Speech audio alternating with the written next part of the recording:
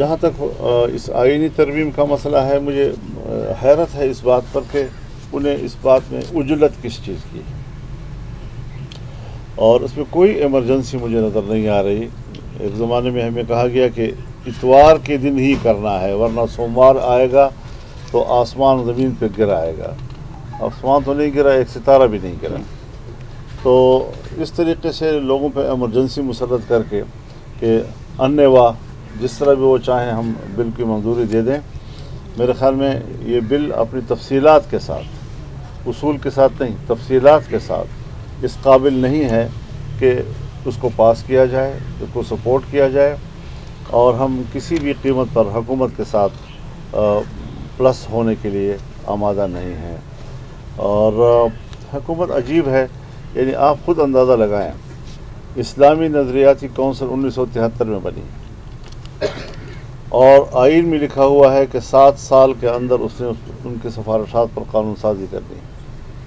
آج 2024 ہے، ایک سفارش پر بھی کوئی قانون سازی نہیں ہوئی۔ اسلامی جمہوریہ پاکستان میں اسلامی قانون سازی کے لیے کوئی جلدی نہیں ہے، لیکن ان کے معروضی مفادات، فوری مفادات، سیاسی مفادات، اس میں اتنی جلدی ہوتی ہے کہ راتوں رات آئین میں ترمیم کی جائے۔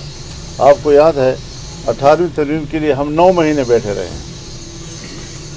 9 مہینے بیٹھ کر ہم نے مشکل سے ایک ترمیم تیار کی ہے۔ آج 24 گھنٹے کے اندر ایک ترمیم کے لیے ہمیں کہا جا رہا ہے کہ آپ اس کو پاس کریں۔ کس طرح یہ ہو سکتا ہے؟ کیسے یہ ممکن ہے؟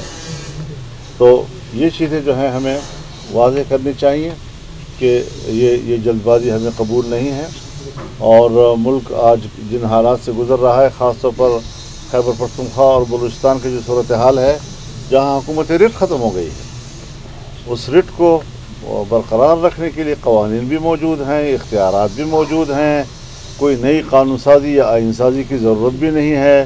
یہاں پر ملٹری کورٹس کی باتیں بھی ہو رہی ہیں، یہاں پر عدلیہ میں اصلاحات کے نام پر ہماری تجویز ہے، ہم چاہتے ہیں کہ عدلیہ میں اصلاحات ہوں۔ ابھی آج بھی ایک فیصلہ آیا ہے 63A کے حوالے سے، 63A کے حوالے سے فیصلہ اگر آیا ہے، عدالت کا فیصلہ ہے، ہم قبول کرتے ہیں، لیکن بات بنیادی یہ ہے کہ اس میں کوئی